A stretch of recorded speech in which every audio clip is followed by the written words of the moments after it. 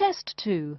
You will hear a number of different recordings, and you will have to answer questions on what you hear. There will be time for you to read the instructions and questions, and you will have a chance to check your work. All the recordings will be played once only. The test is in 4 sections. At the end of the test, you will be given 10 minutes to transfer your answers to an answer sheet. Now turn to Section 1. Section 1. You will hear a conversation between a travel agent and a woman who wants to go to Australia with her husband on holiday. First, you have some time to look at questions 1 to 3.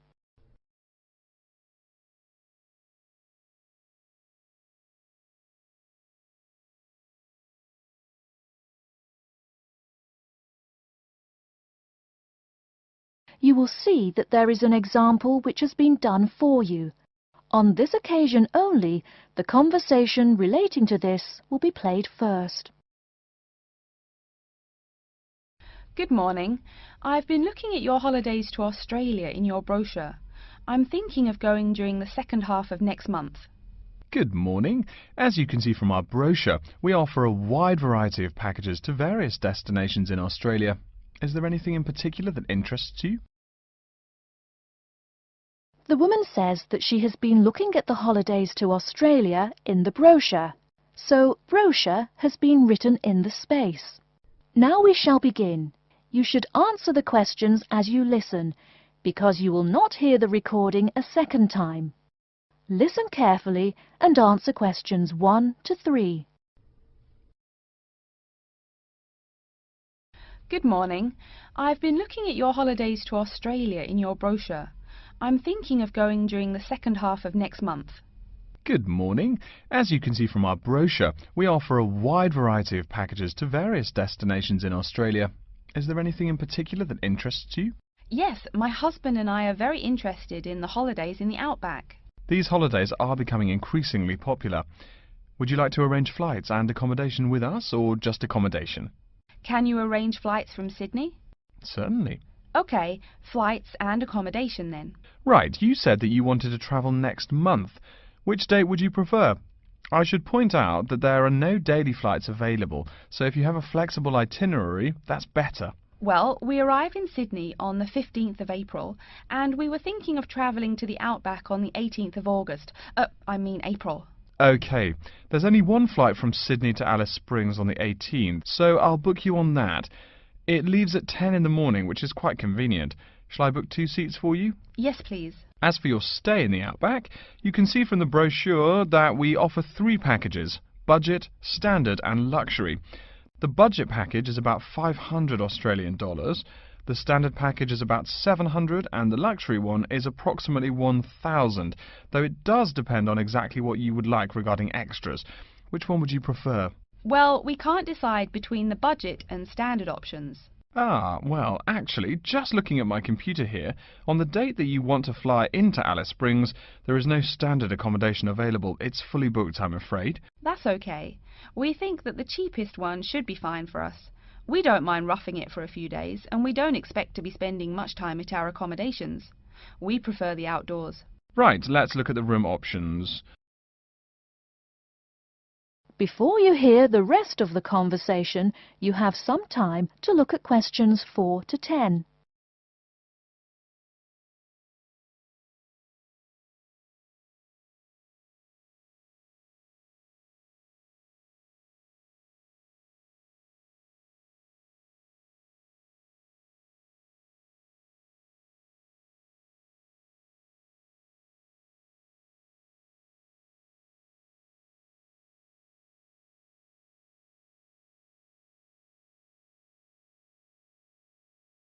Now listen and answer questions 4 to 10.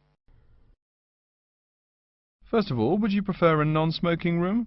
Yes, neither of us smokes. OK. Oh, before I forget, could you book everything in my husband's name, please? Yes, of course. Are you paying by credit card? Yes. In that case, I'll need your husband's name exactly as it appears on the card. Of course, it's John A. Smythe. That's Smythe with a Y. John. Middle initial A. Surname Smythe. S-M-Y-T-H. Is that correct? Correct. Thank you. I'll just check the price. The room will cost $100 a night plus $10 tax, so $110 per night in total.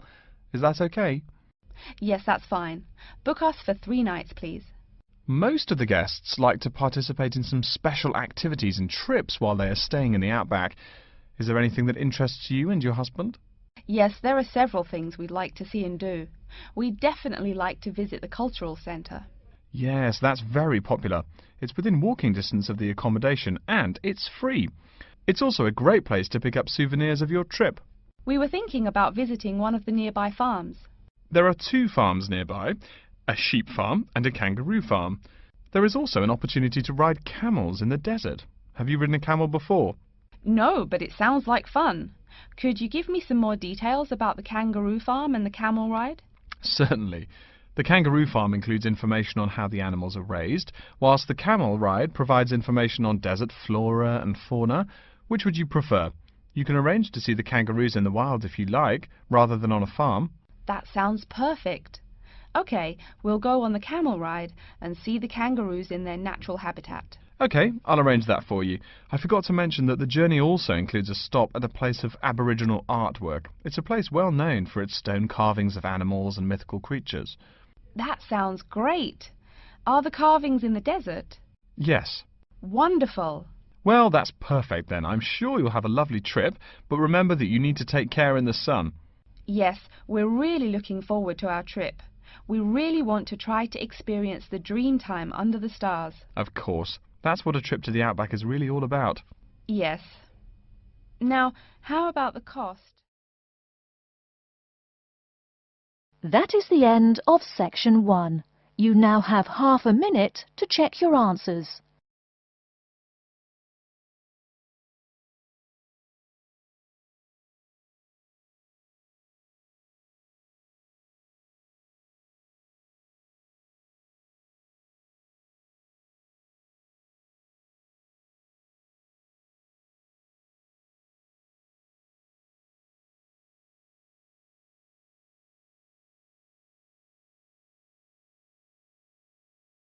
Now turn to section 2.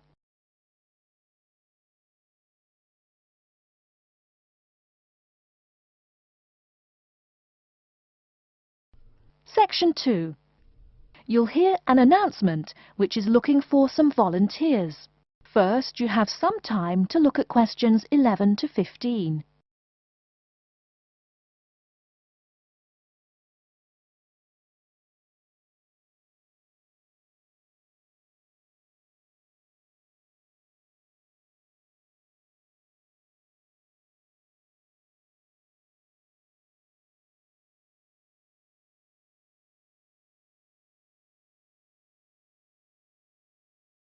Now, listen carefully and answer questions 11 to 15.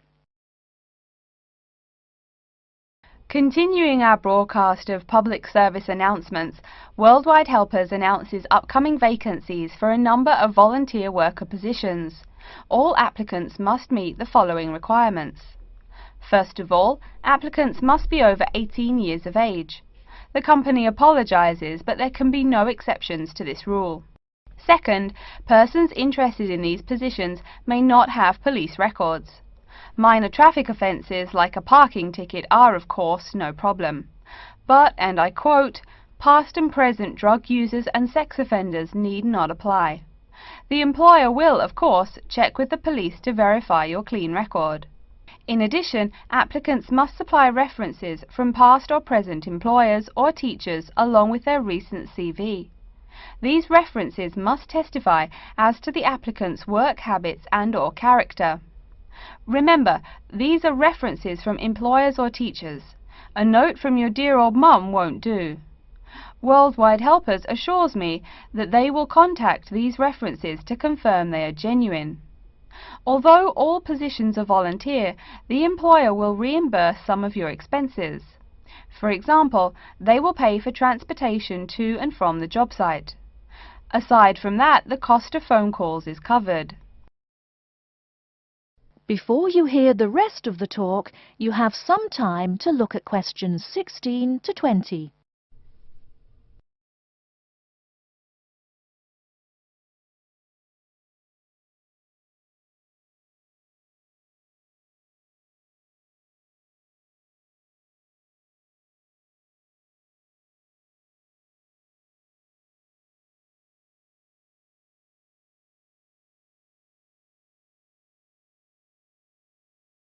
Now listen and answer questions 16 to 20. As for the positions themselves, there are three types.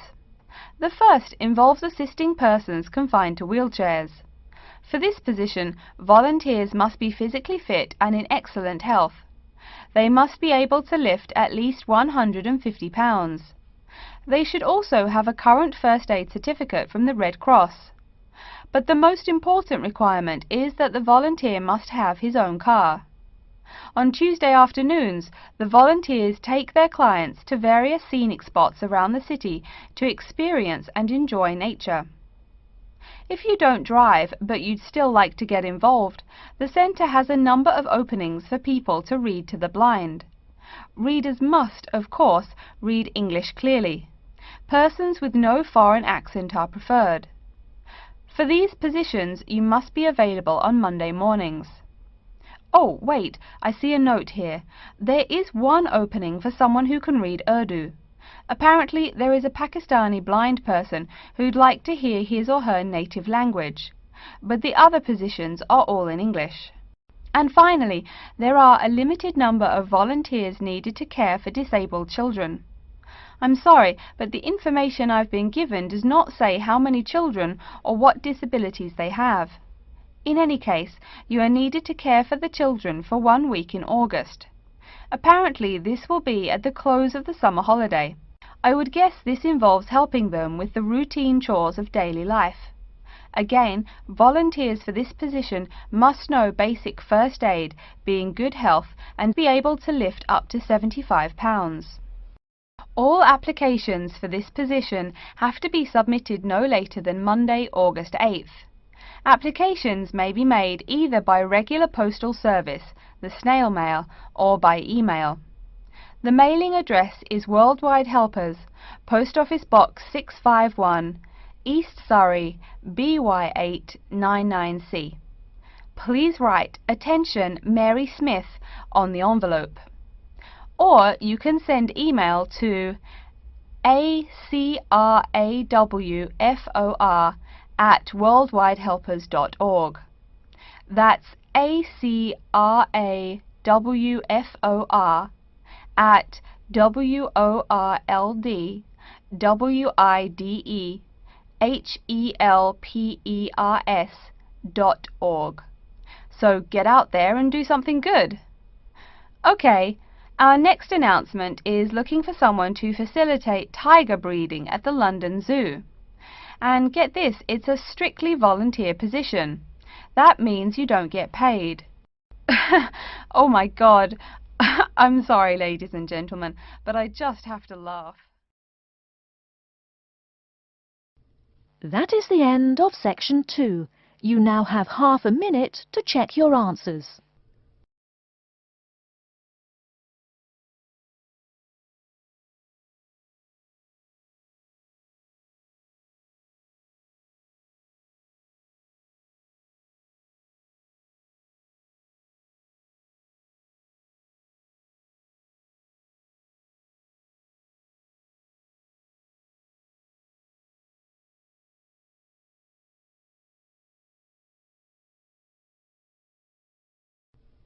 Now turn to section 3. Section 3. You will hear a student called Pete talking to his classmate Dave about the presentation that he will give on environmental science. First, you have some time to look at questions 21 to 25.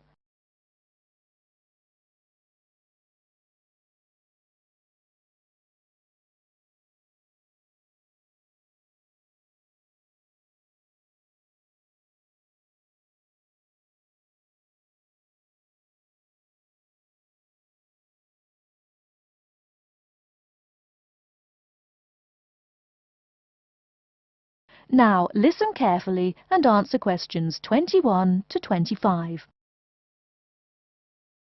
Are you just leaving the library now? I saw you get there at 8 a.m. Yeah, I've been there all day. What for? They hire a cute new librarian or something? I wish. No, it's the presentation that I will give in environmental science the day after tomorrow. What's it about? I heard you were really excited about the class. And Dr. Schnee also calls you for the arcane questions, as he calls them. It's about environmental damage in the Yucatan. Excuse me, what? Or is that where? The Yucatan. It's a state in southeast Mexico. So what's happening there? Agriculture is having a really adverse impact on the environment.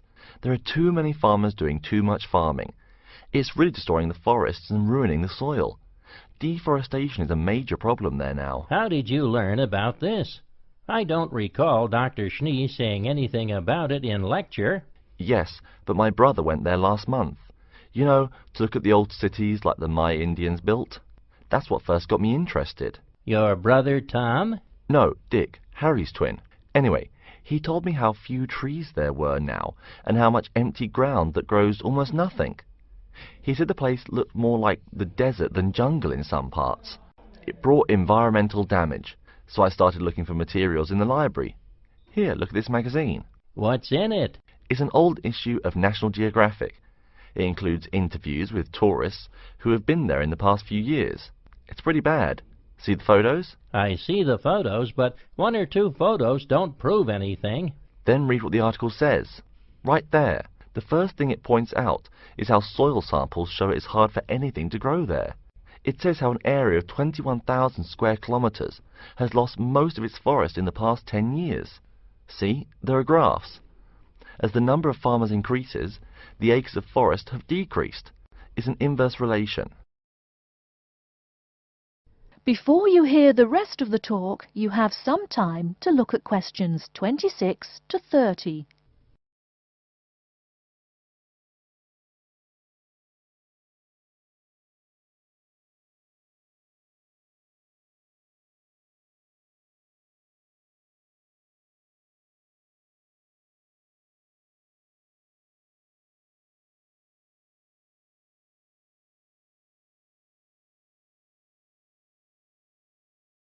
Now listen and answer questions 26 to 30.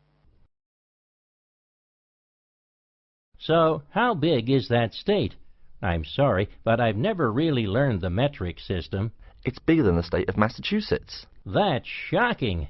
Anything else? There's lots of else. Scientists say there's a growing area of about 10.5 square kilometers where nothing can grow at all. It's like the beginning of a desert. Oh, yes. What Dr. Schnee called desertification. But why can't anything grow there?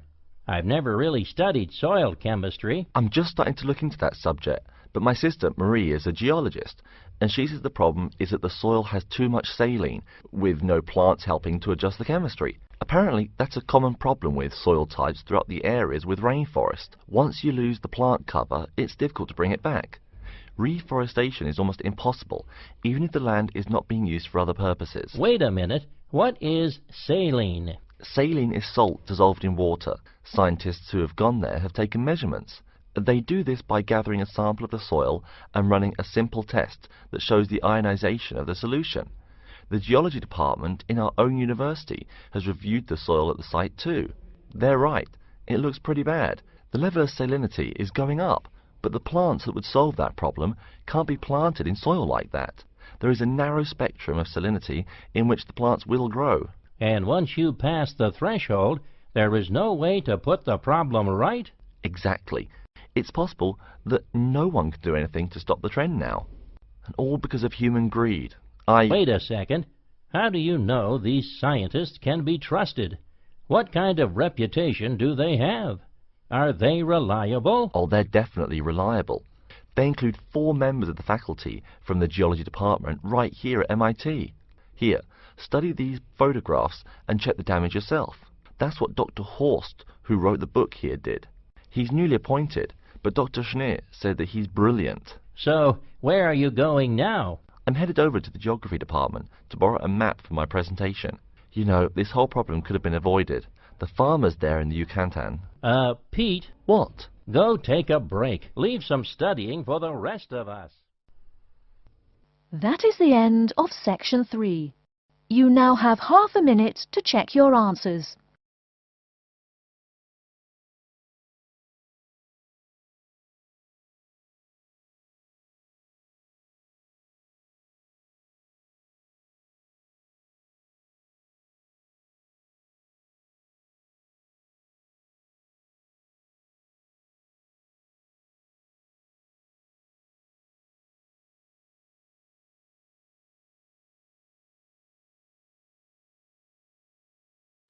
Now turn to section 4. Section 4. You will hear a lecture's introduction to Insect Biology 101. First, you have some time to look at questions 31 to 40.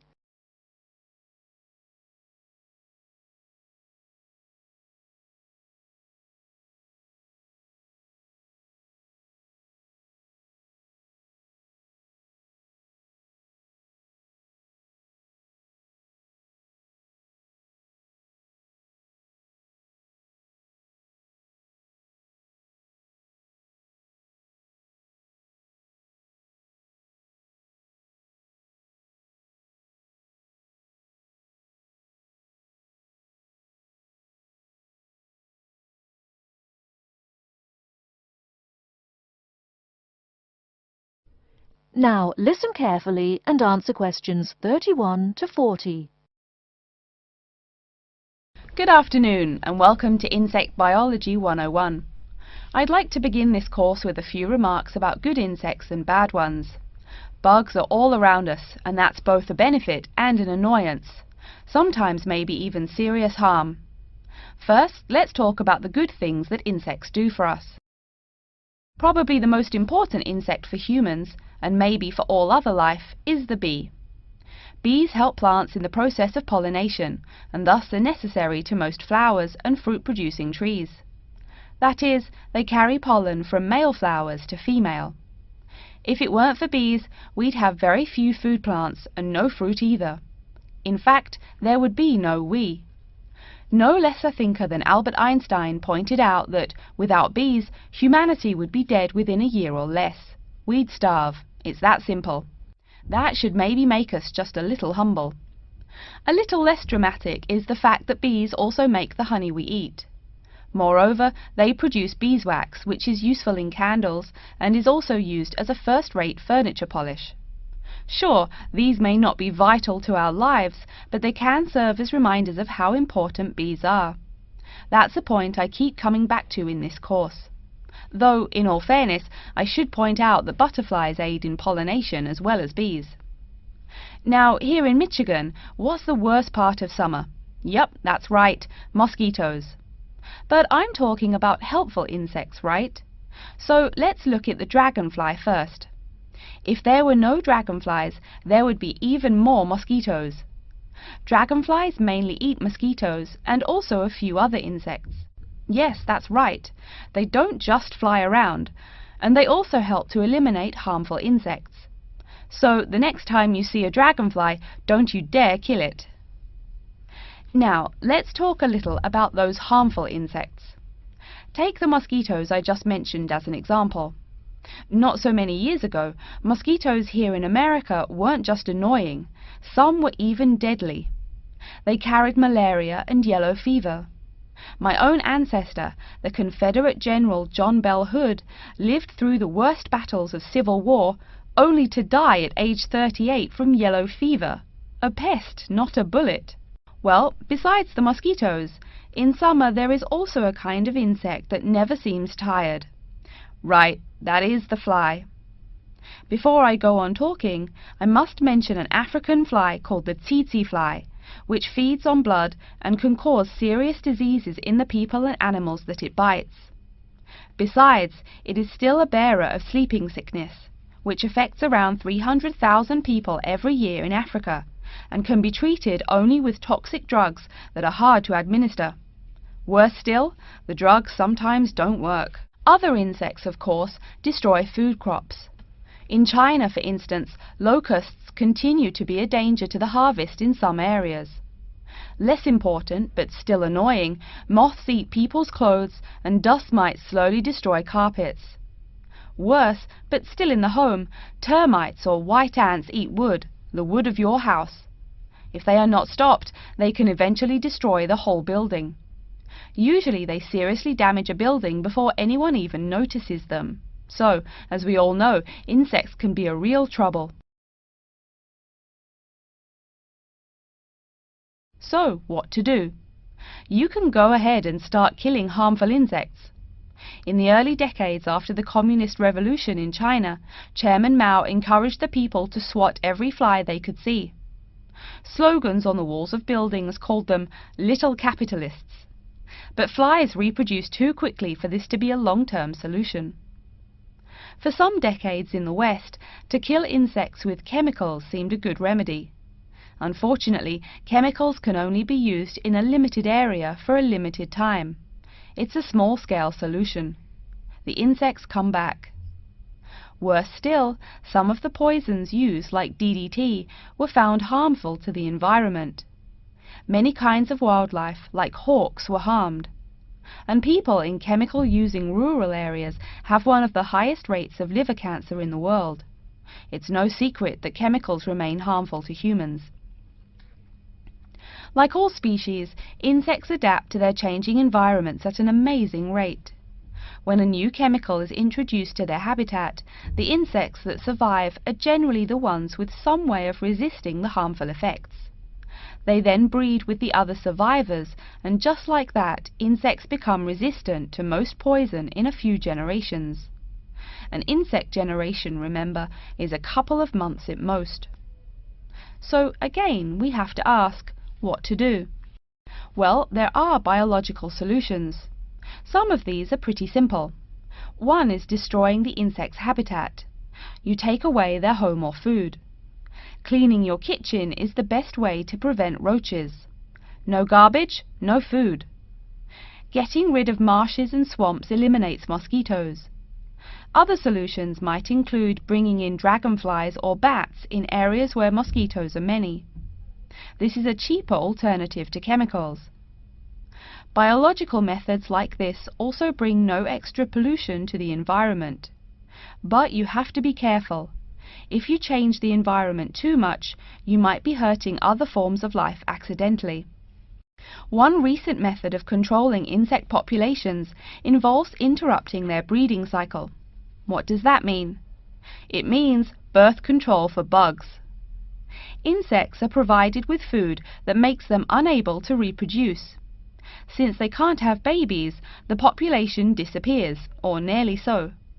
And since no young are born, resistance is not a problem, with no young insects developing increased resistance. Interrupt the life cycle, eliminate the bug. It's clear that we must have an understanding of the life cycle of the insect. At least, that's the plan. We'll go into more detail as the course goes along. Now, I will stop here to see whether you have any questions or not. That is the end of section 4. You now have half a minute to check your answers.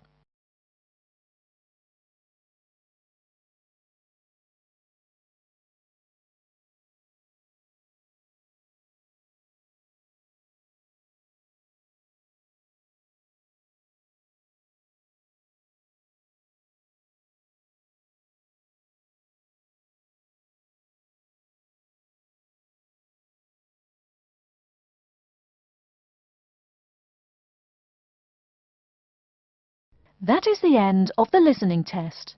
In the IELTS test, you will now have 10 minutes to transfer your answers to an answer sheet.